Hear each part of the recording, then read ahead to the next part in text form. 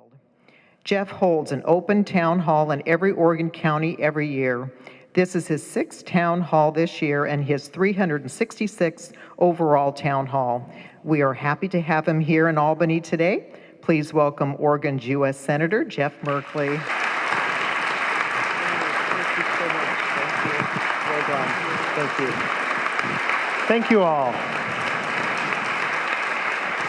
It is great to be here in this beautiful Timber Ridge School, and thank you all for turning out to be part of the conversation about where we're headed as a country, or where we should be headed, the issues that we need to address. At the start of each town hall, I like to shine a light on a community organization that's doing good work, and tonight we're going to shine that light on the Community Services Consortium. And Martha Lyon is here. Welcome. Come on up, our Executive Director of the Consortium.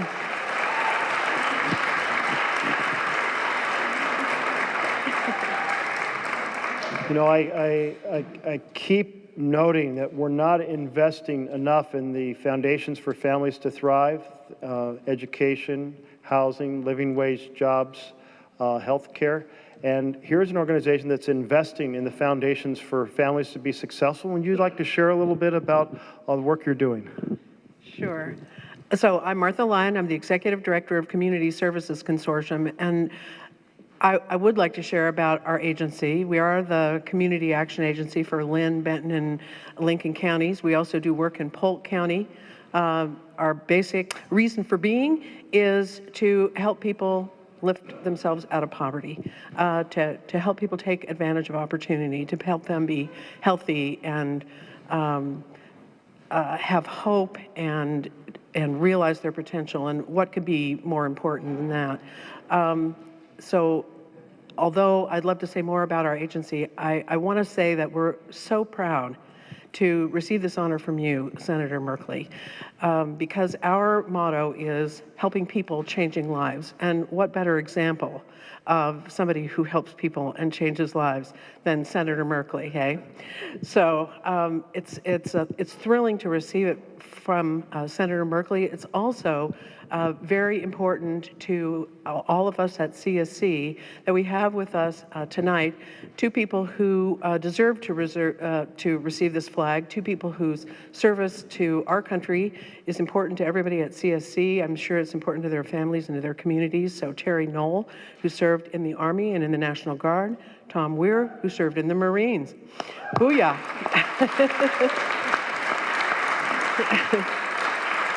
So as a child of the 70s, I was surprised when I teared up to find out that we were going to be given a flag that had flown over our nation's capital. I called Terry, and she immediately burst into tears, so I felt, Tom, not so much. But he was excited, but not teary. And the other thing I want to ask is there are a number of people from Community Services Consortium who are here today.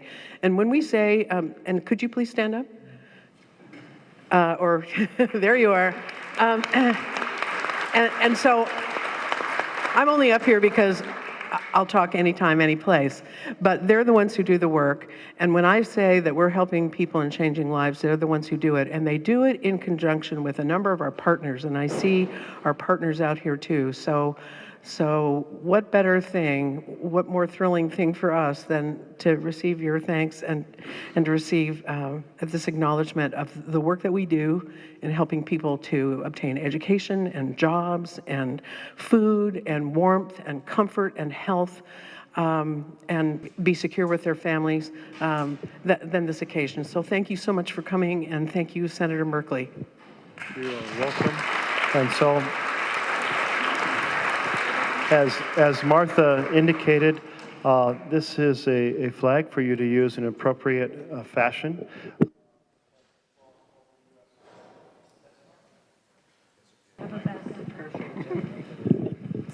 Okay, let's try this one. Is that better?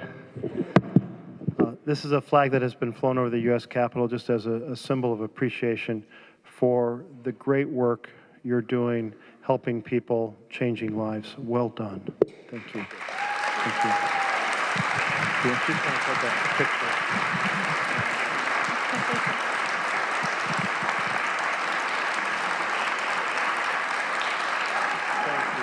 Thank you. Thank you. really great. Thank you very much. Nice to meet you, sir. Come, thank you. Thank you, Senator Merkley. So thank you for coming out and to be part of this conversation. Three of the mega issues that are keeping me up at night. One is the foundations for families, and I feel like we are vastly underinvesting in housing and healthcare and education and living wage jobs, including an investment in infrastructure. And we did have a tax bill in 2017, which took $2 trillion out of the Treasury, if you include the interest, and basically gave it away to the richest Americans and largest companies. Wouldn't it be very different if instead of doing that with our national funds, and by the way, that's an idea nobody's ever come to a town hall and recommended, raid the national treasury and give money to those who are already best off, wouldn't it be better if we had invested it in the foundations of healthcare and housing and education and living wage jobs, infrastructure across this nation for the economy, for the future? And second thing I'm very concerned about is the corruption of our constitutional we the people system. Jefferson said that only with the equal voice distributed among the voters will you have bills or laws that reflect the will of the people. But gerrymandering and voter suppression, voter intimidation, and dark money in our campaigns is really destroying that. And so we need to take on gerrymandering and dark money and voter suppression and eliminate them and restore the constitutional framework in our country. And a third mega concern is really the carbon pollution and damage to the climate, and it affects our forests and our farming and our fishing, the foundations of a rural economy. We see it in the burning forests in Oregon. We see it in the oysters being unable to reproduce and without changing the acidity of the Pacific Ocean. We see it in the red zone where the pine beetles are eating the trees. We're seeing it in the changes in the snowpack and the Cascades affecting winter sports and irrigation water. So this is not an issue we can wait 10 or 20 or 30 years to address. And so we need to think in terms of renovating our energy economy to take advantage of the cheapest energy now available, which is per kilowatt hour is solar energy and wind energy, and drive towards 100% clean and renewable energy so we can maintain this beautiful planet for generations to come, because we don't have another one to go to.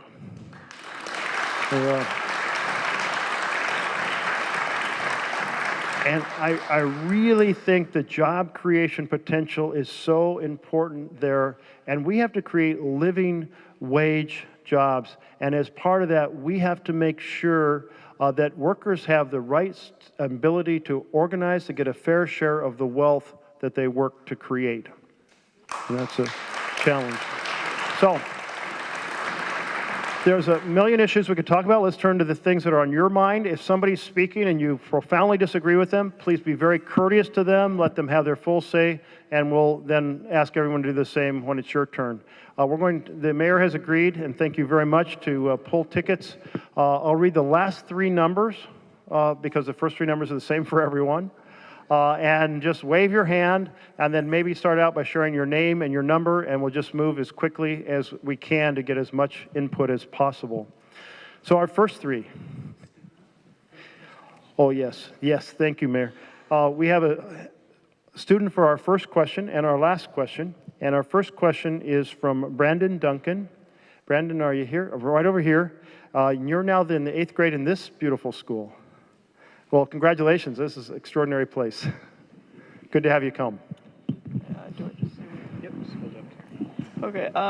Hold it just a little closer to My you. name's Brandon Daniel Duncan. I'm in the 8th grade at this school, and I was chosen to come ask questions. And but first, I'll tell you what I want to do in college, because somebody told me I should do that first. So what I want to do is economics, political science, and business. Three things what are pretty big in politics, and especially conservative politics. I'm more on the right with my political views. I'm not Republican or Democrat, though. I don't identify with either one, but I'm going to pull out my notes and ask you a question.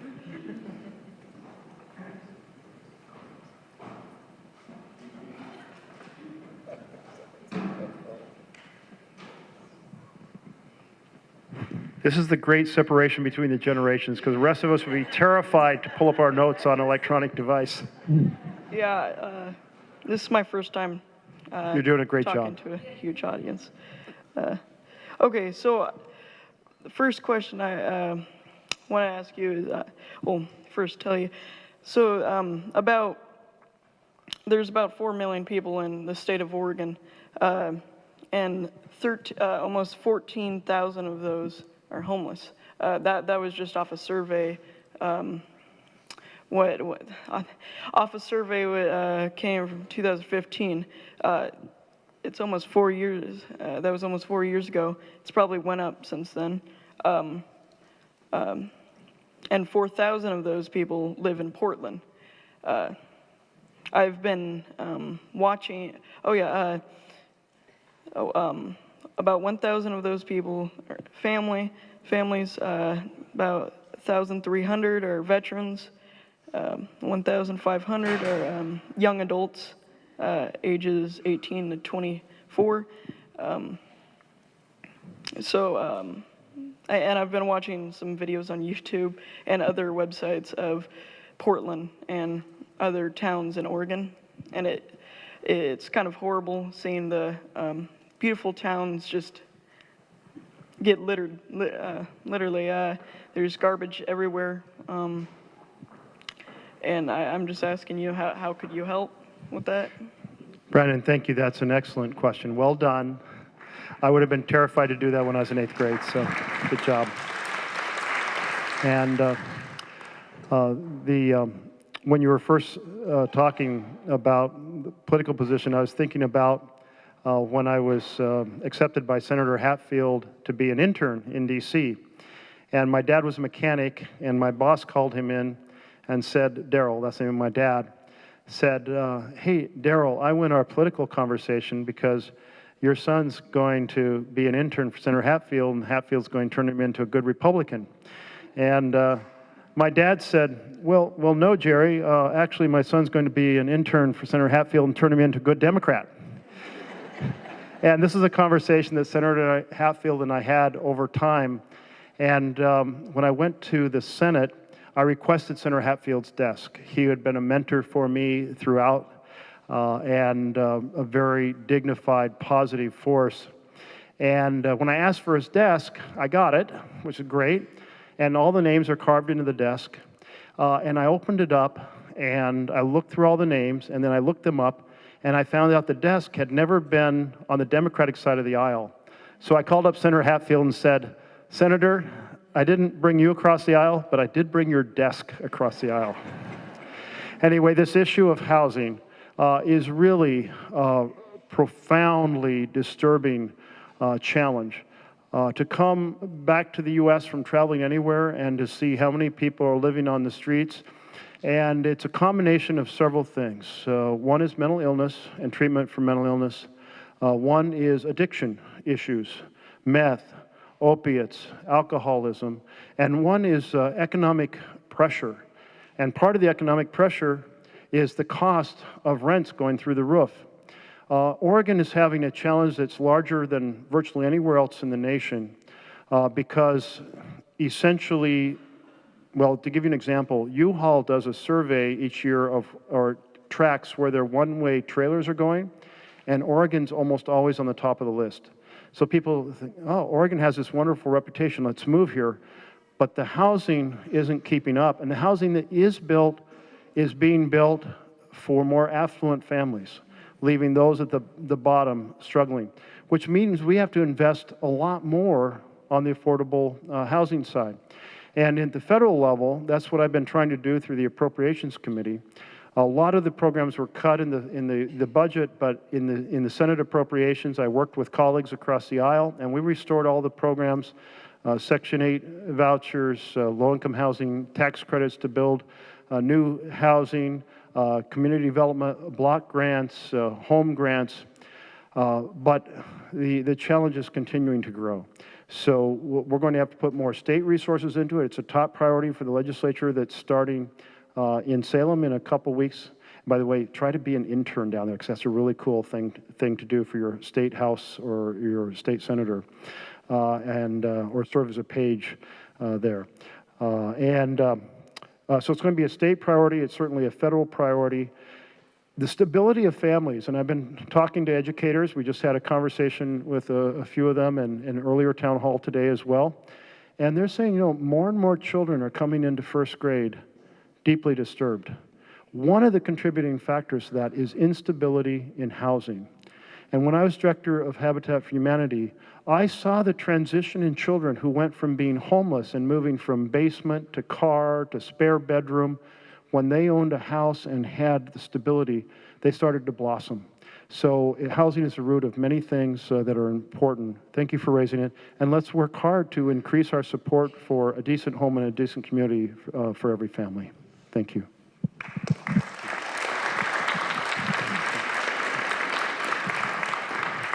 Okay, if you're not shy, pull out your tickets. And we'll go quickly here. Just wave your hand, and we'll run a microphone to you. 137, so this is just the last three numbers on the right. 137, 168, and 158. Any of those three? Right here. And maybe start with your name and your number if you could. Thank you. I'd like to know when the Democratic Party is going to start supporting American citizens instead of illegal aliens crossing the border. We have thousands of homeless people here in Oregon and across the state who need homes and shelter. Yet we support illegal aliens, give them money to support themselves while they're here in the United States. When does American citizens get their chance? Yeah. Well, let's take a look at this. So I've made several trips down to the border to address the issue of how family members and children are treated. Now, as I look around the room, what I recognize is that most of us are descendants of immigrants. And our ancestors fled poverty, starvation, famine, civil war, religious persecution, and we came here from the corners of the world and built together a more beautiful, more powerful, more successful nation. Now, when folks are fleeing persecution now and arrive on our border, I believe as they await their asylum hearing, the right thing to do is treat them with graciousness and dignity until that hearing is held. When that hearing is held, 4 out of 5 are not going to receive the ability to stay in the country. 1 out of 5 is. But whether they're staying or they're leaving, in between the arrival and the hearing, everyone deserves to be treated decently, and particularly the children. What I found is, I just went down 2.5 weeks ago and visited 2 internment camps for families and a child prison in the desert in Texas. Held 2,700 children, many of whom, about 1,300 of which, almost half, had already had sponsors that they could go to, but they were being kept locked up. I held a press conference with a group of other members of Congress, 2 senators, 2 other House members, and said, look, to the administration, the children who have sponsors should be released to those sponsors as they wait their asylum hearings, because they belong in schools, in homes, and in parks, not behind barbed wire. And I also called for the shutdown of that Tornillo prison, child prison. 3 days later, the administration said, yes, we're releasing the kids and we're shutting down Tornillo. So I think that's a positive step in the right direction. And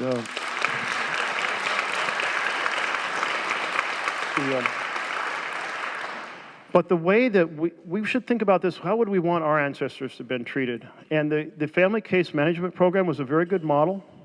What it did is it created a person who checked in on all the families as they waited their asylum hearing.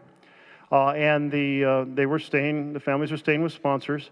And the Homeland Security, under President Trump, issued an evaluation of the program, the Inspector General. And then then the president shut down the program and they issued a end of program report. The first report said 100% of the families showed up for their hearings. And the second report said at close of program, 98 to 99% had shown up for their hearing. That's the right way to treat people with dignity. I do think it's important for us to realize we are not at an all-time high for people seeking asylum in the United States. We're way down from where we were a few years ago. And from 2008 to 2014, we had net outmigration, a reduction in the number of undocumented individuals in the United States. I'm really calling on Democrats and Republicans to come together again as we did in 2013. We did it in the Senate. We had a bipartisan bill supported by both parties addressing border security, addressing visas, addressing the fair treatment of individuals awaiting asylum, a whole host of things, using visas as necessary for support to the agricultural industry or the high-tech industry so that we could use them as policy tools, effective policy tools. That passed the Senate overwhelmingly. It would have passed the House if it had been put on the floor of the House. Well, let's put it back on the floor of the House and the Senate and re-have the conversation about a comprehensive system of rectifying the broken immigration system we have right now.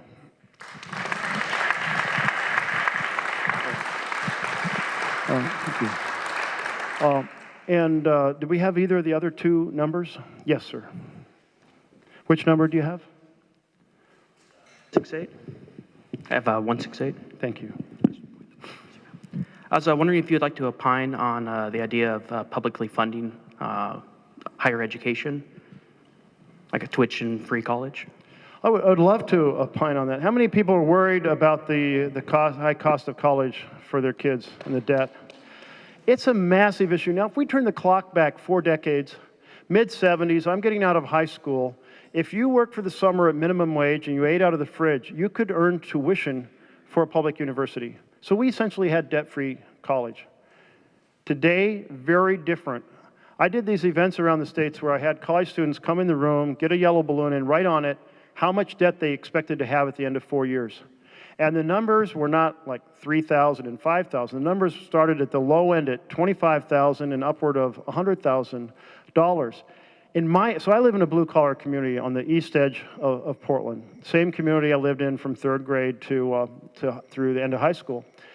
And it today is a conversation with parents saying, we're not sure we should encourage our kids if their dreams involve going to college because they may end up with this life-crushing debt that will destroy their credit rating, they'll never might not be able to get a job to pay it off.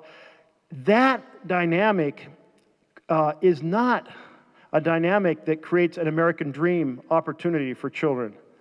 This is why if we could have done debt-free college as we did 4 decades ago, we are a richer society today. We can do it today. And so I'm a big supporter of the debt-free college bill, and we've got to pave the path of opportunity for our children. They will do better. They'll be more successful. They'll pay more in taxes and help pay for the program for the next generation. Thanks.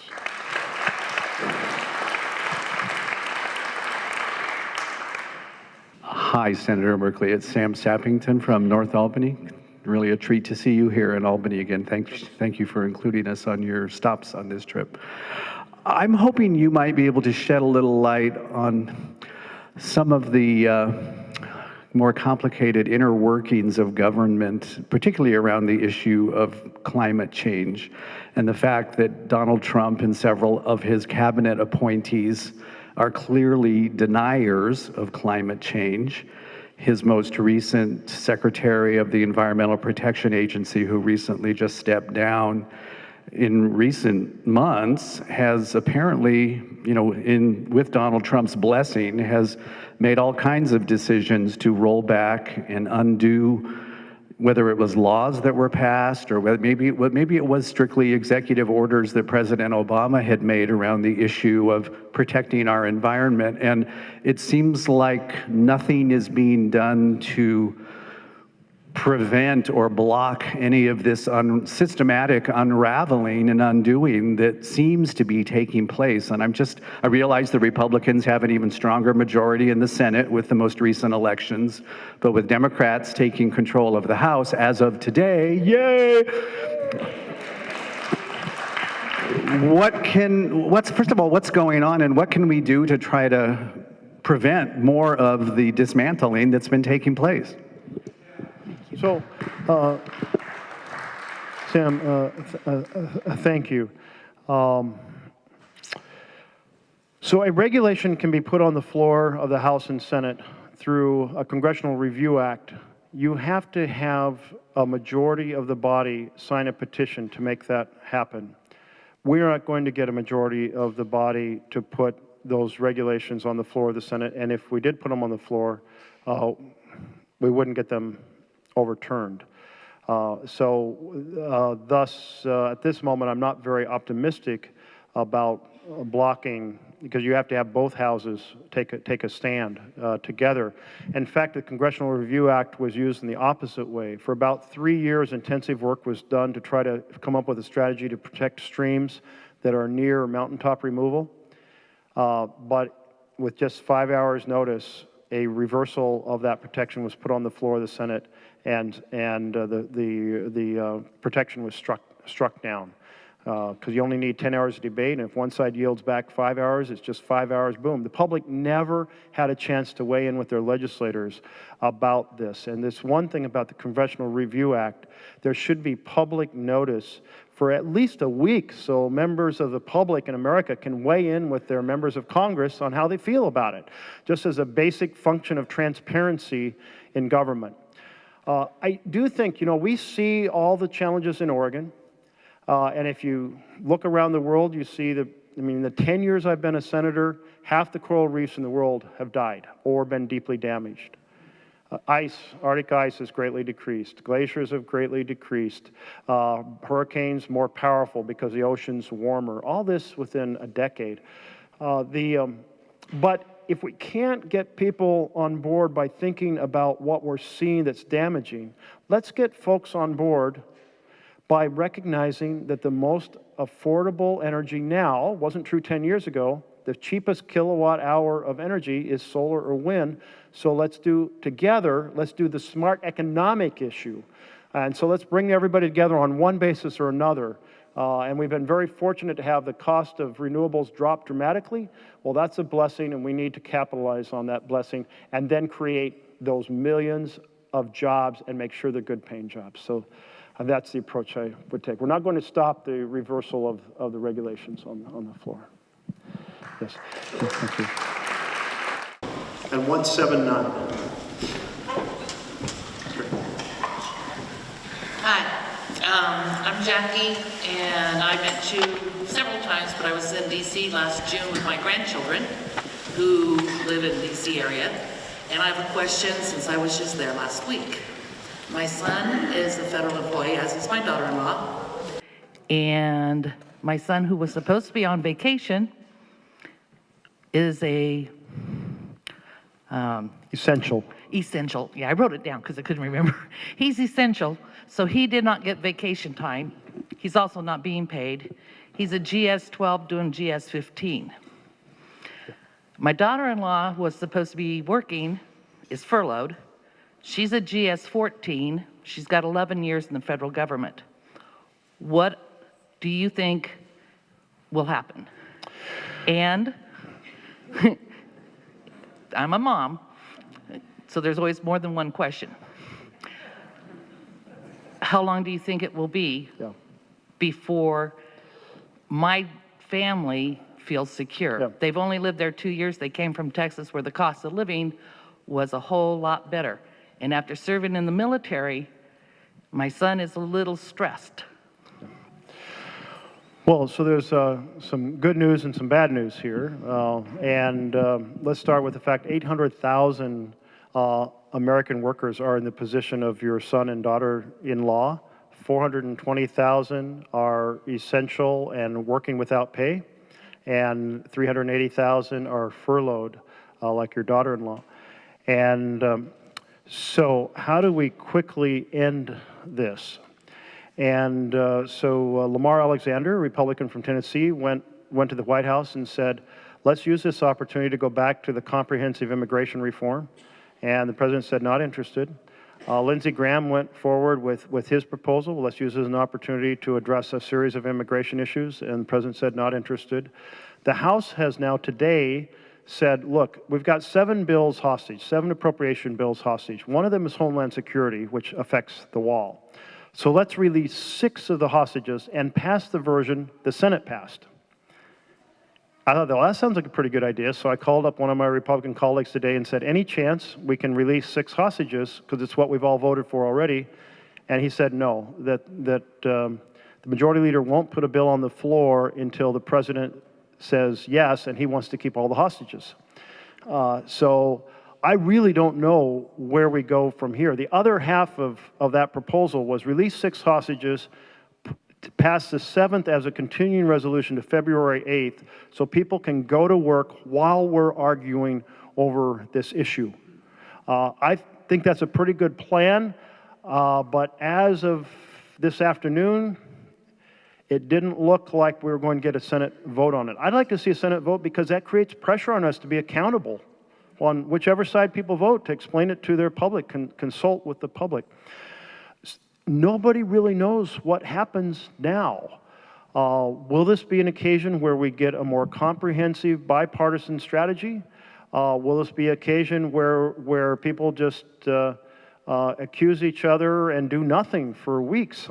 I don't know, but my hope is something like what release 6 hostages, argue over the 7th, would be a big improvement for where we are now. And it's just wrong to be having the debate in this fashion. We worked out a deal with the president. That's why it passed the Republican Senate, and the president's changed his mind. I really think that he should release the hostages, and let's argue over the last remaining one. Thanks.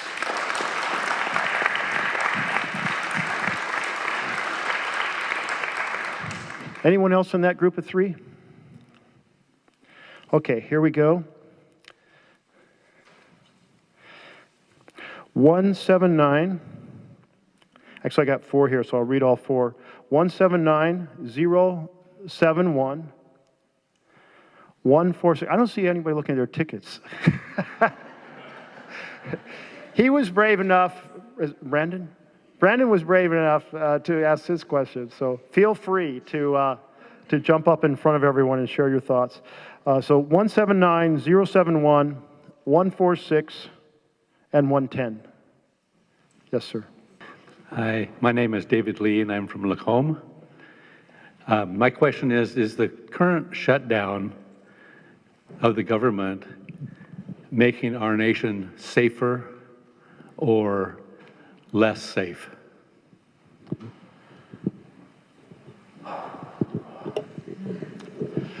So I think because essential personnel are working, I wouldn't say there's a dramatic loss in security, but think about some of the issues we're working on, like foreign hacking of American computers. That's not an essential role, countering that, so those folks are probably not working. Think about folks who are signing up for food stamps or for veteran, well, not veterans benefits because that's covered, Social Security benefits or Medicare. Those sorts of things are all we're going to see them slowing down. But those are not national security, but they certainly are related to the quality of life of millions of Americans. So I think the shutdown is I wouldn't call it a national security catastrophe. I would call it a catastrophe for millions of Americans who are trying to get their benefits started in different key categories. Thanks. And the conversation about, so one piece of this that really bothers me is we sent last year $1.5 billion to the president, a little more than $1.5 billion. There's still $1.5 billion of that, 90% of it plus is not spent yet. This has not been a conversation about border security. Border security has bipartisan support. This has been about a political symbol, and that's just oh man, we have to put that, we have to get past that somehow.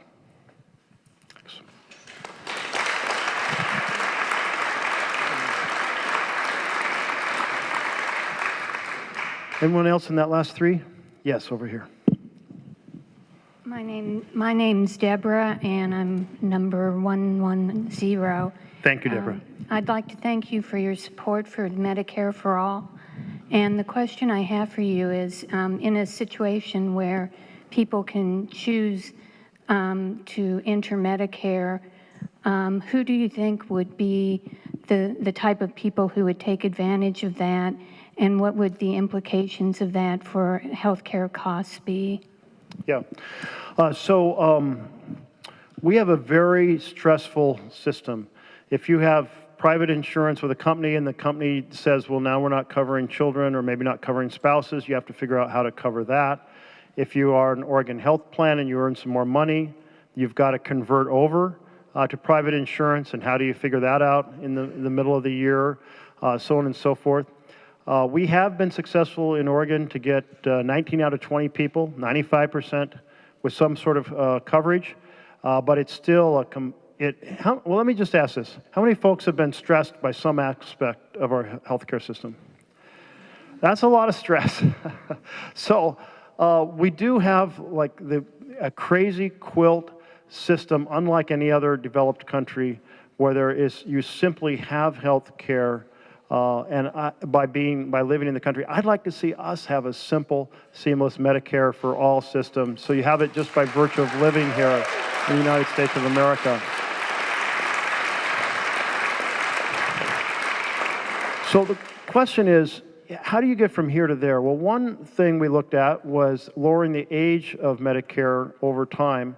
We actually had 59 senators, 60 that supported lowering from age 65 to 55 during the Affordable Care Act. And then with pressure, one person dropped out and we didn't have the votes to close the debate. But I think that would have been a positive step. But that's one way to approach it. I put forward another plan called Choose Medicare, which is essentially a public option, so we could have a step in the direction of having the choice, and nobody would be forced to make a conversion, but they'd have the choice, and companies could use their existing funds, individuals could use their existing funds they spend on the exchange, and once in it, they could choose to carry it with them through life, so they didn't have to worry about it anymore. One of the questions on Choose Medicare is, would you have, and this has been raised, so this may be what you're referring to, I imagine, was the concern, would you have people choosing the public option be sicker than the other insurance programs, and would then the cost of Medicare, and realize this is insulated from Medicare for age 65 and up, but would the cost of that Medicare public option become too expensive because too many people would choose to have it who have higher medical disability? And the short answer is that's always a challenge in an insurance marketplace, and it's addressed by a process in which the health records of the different insurance companies are compared, and it's called reinsurance. The companies that have the sickest people get a transfer of funds so that it counteracts the possibility of cherry picking. If you didn't have that, and if the sickest people chose Medicare and the cost went up too high, people would stop choosing Medicare because it would be too expensive. But the idea of having it as a public option is something that is based on an experiment we've done here in Oregon with our state accident, our state workers' compensation. We have a public option called SAFE, State Accident Insurance Fund. It competes with the private companies. It has more than 50% of the marketplace. Doesn't have the full marketplace, it has more than 50%. It cut the cost of workplace health care in half when you had that public option competing with private companies. Rhode Island adopted the Oregon plan for workers' comp. It cut the cost of workplace health care in half in Rhode Island. A public option competitor could be a serious step to help us lower health care costs. Another serious step, though, is to take on the drug companies and end the gouging of American citizens by out-of-control health care costs.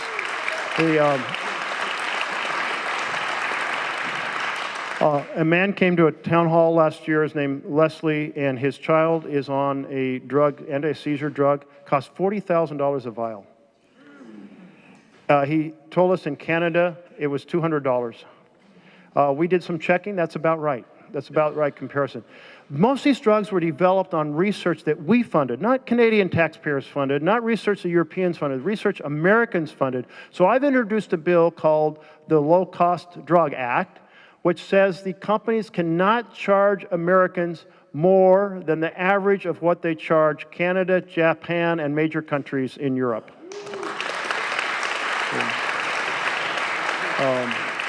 Anyway, we need to keep having people put forward ideas, wrestling with them, considering them, so that when we get the opportunity to move to a more seamless system where we really have worked the debate to try to figure out how we can really make it happen and happen well. And thank you for being an advocate for better health care.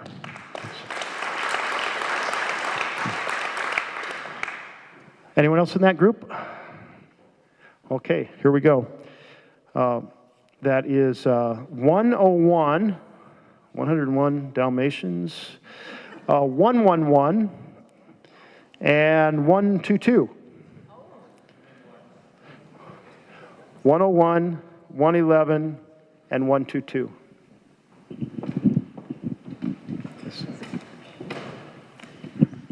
Hi, thanks for being here, Mr. Merkley. Probably my biggest long-term concern is the effect of dark money in this political system and the havoc that it's wreaking, both in terms of the propagandization of the American public and its overt influence on politics in general. I'm not sure that you or I or anybody has a good answer for that yet, but I just wanted to toss it out there. My real question is, how can we most effectively, as voters and citizens, apply pressure? What issues do you think are the most salient? And how can we, as voters, inform ourselves as well as possible with regard to current legislation and how we can affect the process of its passage? So I'm going to start, if you don't mind, addressing the dark money side. We have a vast flood of money that nobody knows where it comes from in our campaign system. It used to be remember McCain-Feingold bill that put caps on what you could contribute? And when that was being debated, a host of my colleagues went to the floor and said, no, caps are wrong, we're for transparency. That is the sunlight that disinfects the system. In other words, not dark money, but shine a light. Where's the money coming from? Let citizens know.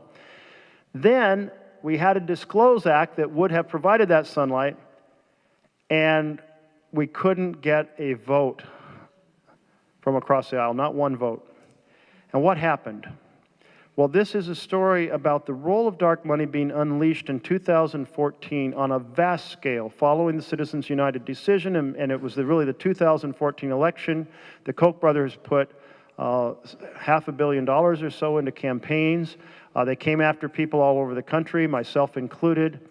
I put up an ad saying that out-of-state oil and coal billionaires have come to Oregon to elect my opponent because they share an agenda, and I listed 3 agenda items that they had both spoken to, and said, great investment for the Koch brothers, terrible choice for Oregon. And it was the only person in the country, I was the only person who put out an ad trying to say to citizens, here's why you're seeing all these horrific attack ads. And a month later, they left Oregon. And we have to have some way of taking down the front groups that they're using, the dark money groups are using, groups like Generation Opportunity, not Veterans for Peace, it has another name, Generation Opportunity. There's anyway, a whole series of wonderful sounding groups that are funded by dark money. Let's not just throw them out of Oregon. Let's find a way to throw them out of every state in the union and restore the vision of transparent election campaigning. So that's the goal. So the most direct fashion is a constitutional amendment that changes Citizens United. Very hard to achieve that. The second we can do without a constitutional amendment is full transparency. So where we didn't have 60 votes before, we have to find a way to somehow have that major Voting Rights Act to attack voter suppression and intimidation, and proceed to get full transparency on campaign funds. That's not maybe the perfect total answer, but it would be two big steps in the right direction. That pressure is going to have to come from citizens who are fed up with this secret campaign funds that are distorting elections all across America. So in terms of your second question, what can folks do? Well, any House or Senate member from the state of Oregon who disagrees with me, I hope you lobby them and change their mind. I know there is one who disagrees with me on this. But second, reach out through any social network you have to friends, family, connections in other states and say, here's the issue, we've got to clean up our democracy. Please lobby your senators and your House members on this issue in this fashion. That's a way you can reach outside the state and have an impact. Many other issues, but if we don't solve the election corruption, the rest is we're going to lose most of the time. Thanks. Okay. You're welcome.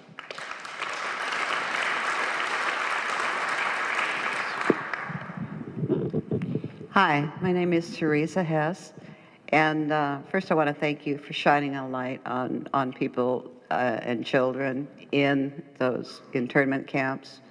You are the one senator who really did shine a light on what was going on and that you couldn't get in, and all the other issues around that, so thank you very much.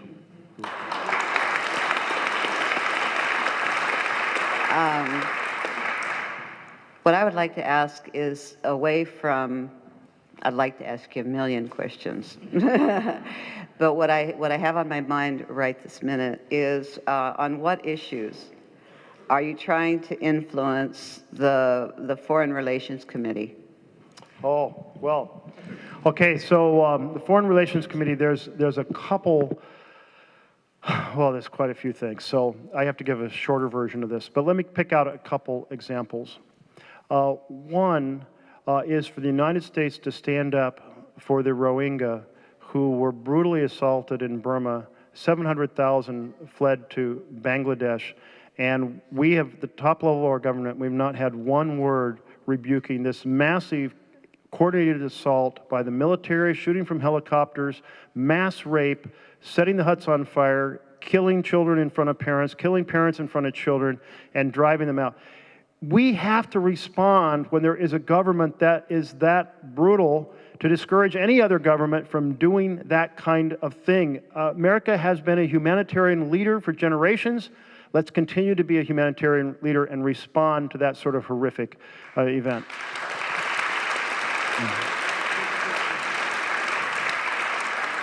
Related to that, right now, we have been selling a lot of weapons to Saudi Arabia, including precision munitions dropped from planes.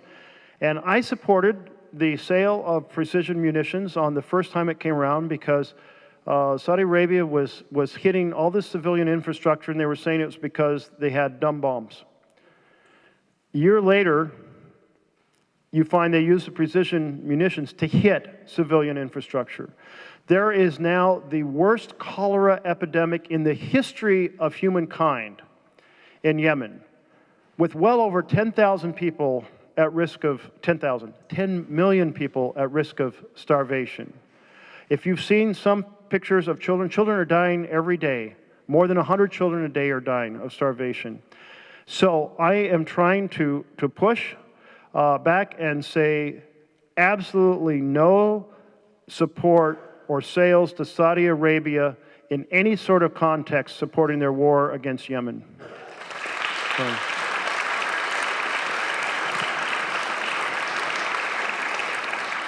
On a broader scale, I'm arguing that we need to reinforce our partnership with allies, that makes us stronger in the world rather than cozying up to dictators.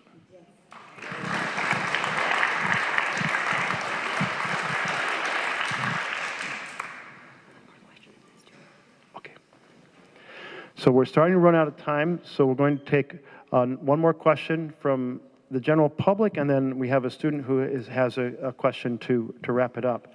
So, let's see, did I read these yet? No. 086 151 102.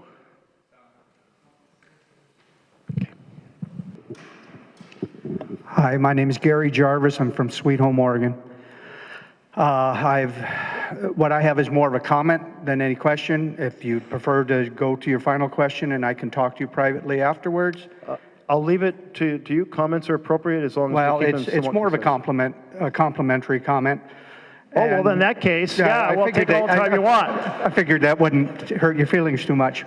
But as you know, the National Christmas Tree came from Sweet Home. Yes, it did. Yay!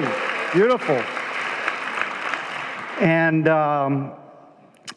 there were, in my small community of Sweet Home, I consider myself a progressive.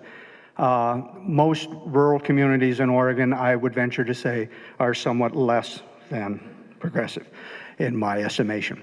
But in advance of our delegation coming to Washington, D.C. and meeting with you, there were some in Sweet Home and some elected officials that were less than optimistic that they would meet with a positive result.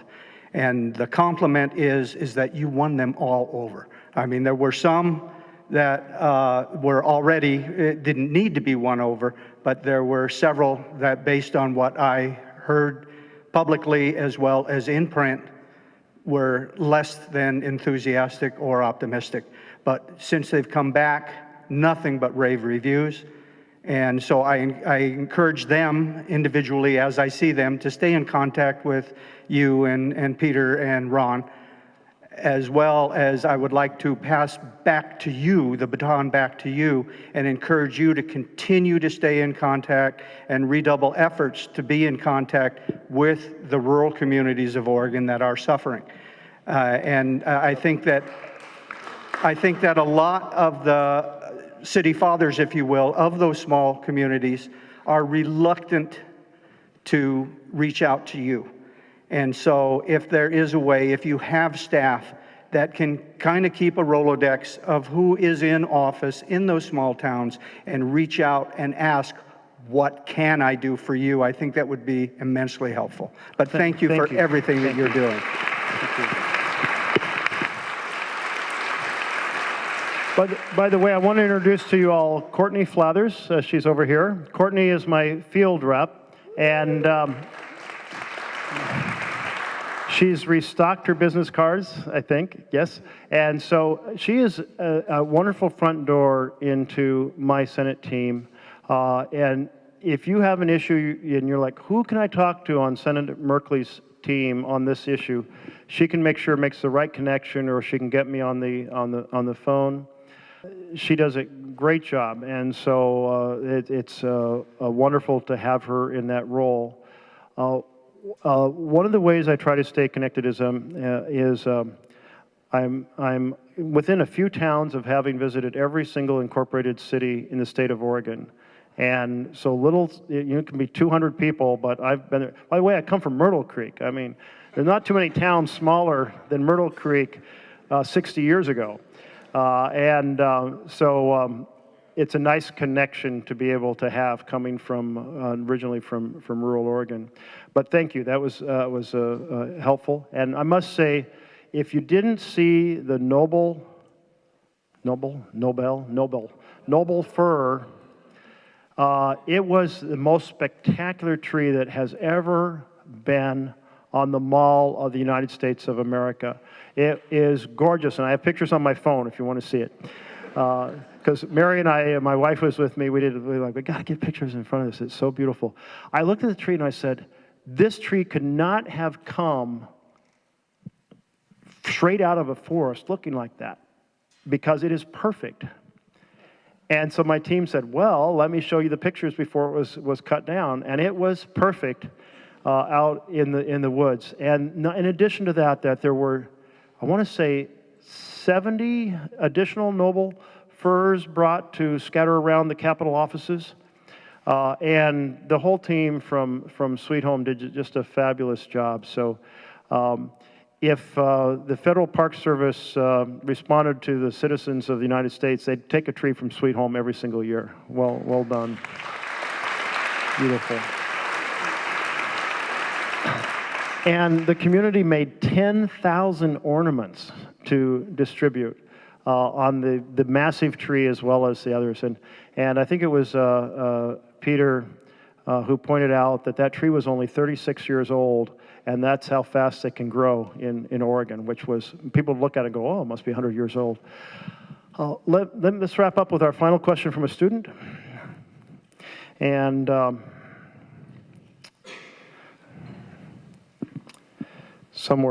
here we are. Olivia, do we have Olivia? Yay, okay, you're back here. Olivia Hesberg, and she's also an 8th grader at Timber Ridge, right here. Senator Merkley, you have an impressive pro-LGBTQ record throughout your political career. You played a fundamental role in outlawing discrimination based on gender identity and sexual orientation in housing and the workplace, as well as granted same-sex couples benefits, immunities, and state-granted rights, according to Wikipedia. In recent years, we have witnessed repeated attacks directed at the LGBTQ community, most notably the attempted ban on transgender people serving in the military.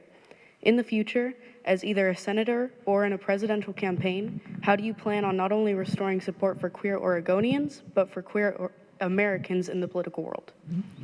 Thank you for your question.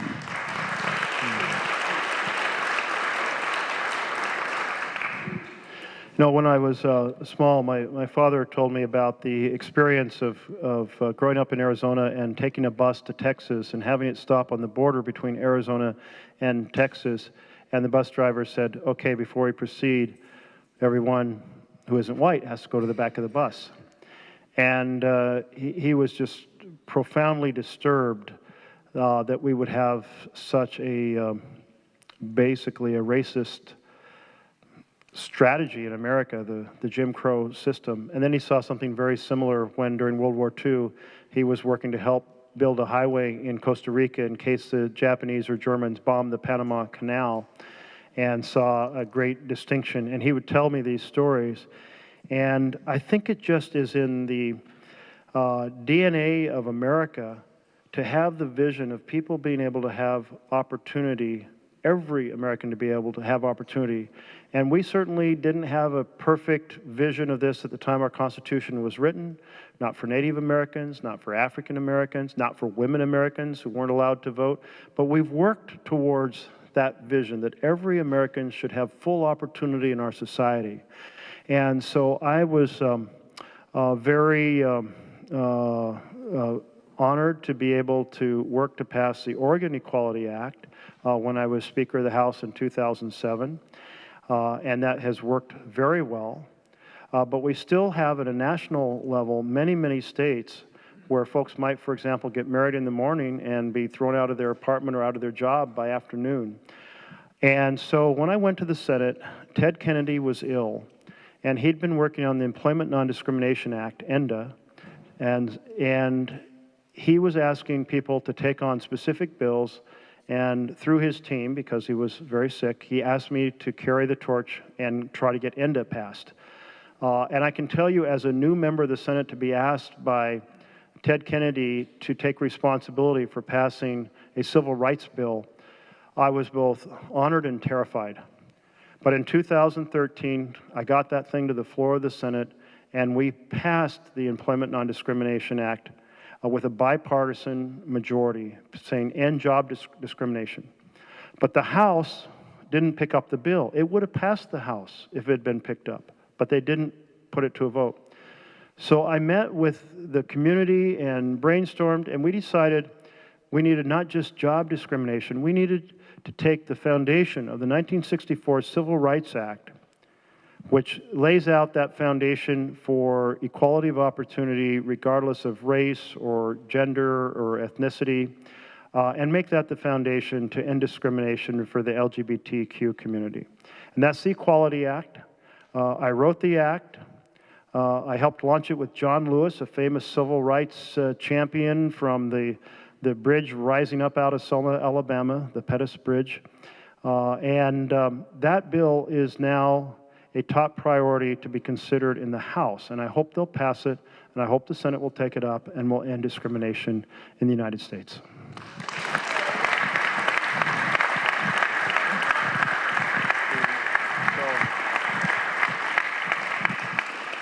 I want to thank very much Mayor Canopa for serving in her public capacity, but emceeing tonight. Thank you so much. Thanks to the Timber Ridge School, this beautiful, incredible school that the community has built for the children. This alone should make people want to move here. Thank all of you as we wrestle with all of our differences, because obviously, you know, we have a huge range of thoughts here in Oregon and opinions and perspectives. I'm troubled by the separation of the media, which if you listen to one media world, you hear one vision of the world, another media world, you hear another vision, and it separates us. It's designed to drive us apart. So we have to reach out and connect with each other. In the Senate, I have to reach out and connect with my Republican partners who on every, you know, there are so many bills I've done with, you might think of the most conservative members of the Senate that you may say, how would Jeff Merkley and that person work together? But we found issues to work together on. We have to do it also in our communities. We have a kind of a big tear through the social fabric of America. Maybe a good resolution for 2019 is for all of us to reach out and try to do at least a little bit of healing towards that vision of one nation, under God, indivisible. Thank you all, and God bless you. Thank you.